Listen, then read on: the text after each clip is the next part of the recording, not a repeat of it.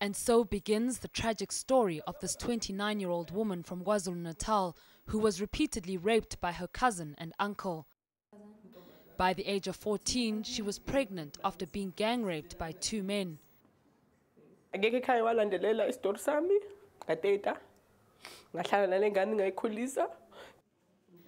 With barely any support from her family, she left Newcastle in 2010 for a fresh start with her 13-year-old daughter. While renting a room in Germiston, her worst fear became a reality.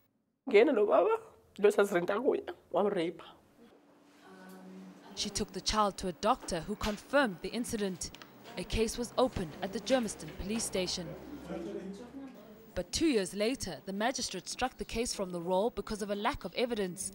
Thuli is now hiding at a local shelter from her abusive partner.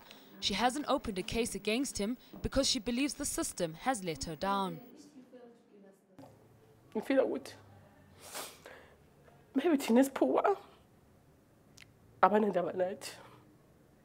So I guess going to afford my lawyer. We don't understand that they are desperately frightened, and that fear will often mean that people are very susceptible to subtleties, to nuances, to suggestions that maybe they were at fault, that maybe they did do something to instigate it. And as soon as that place is not 100% welcoming, accommodating and safe, that person will pretty often never come back. The National Prosecuting Authority has revealed that between April and December last year, over 170,000 abuse cases were opened, but more than 60,000 have subsequently been withdrawn.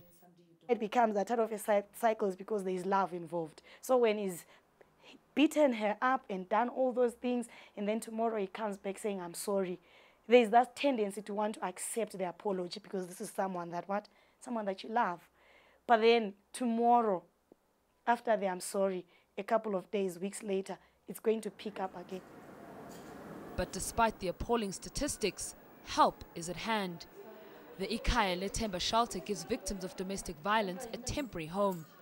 But also those who've been sexually or physically assaulted will be properly examined.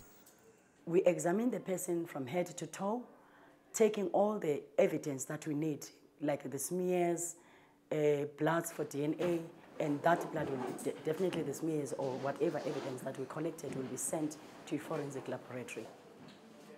Victims are also prepped for court appearances, and officials help them to obtain protection orders against their alleged abusers.